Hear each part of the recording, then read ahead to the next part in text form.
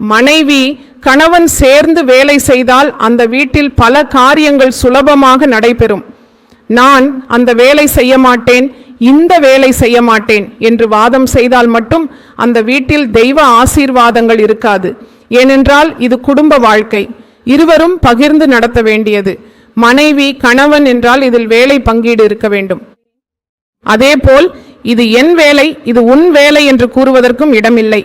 மனைவியை தன் சொந்த உடலாக நேசிக்க வேண்டும் என்று வேதாகமம் சொல்கிறது. நீ அவளை தன் உடலாக நேசிக்க வேண்டும். கடவுள் கொடுத்த துணைவி என்பது ஒரு பகுதி உடல் போலவே.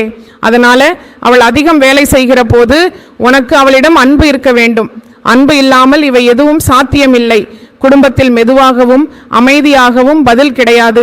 ஏனென்றால் பல குடும்பங்களில் கணவர்கள் மிகவும் கடுமையாக இருப்பார்கள். பெண் எவ்வளவு வேலை செய்ய வேண்டும் என்று கேட்பவர்கள் மனிதாபிமானம் இல்லாதவர்கள். அவர்கள் மனிதர்கள் அல்ல, மிருகங்கள் என்று சொல்ல வேண்டும். ஆனால் விசுவாசி கணவராக இருக்கும்போது அந்த பிரச்சனை வராது.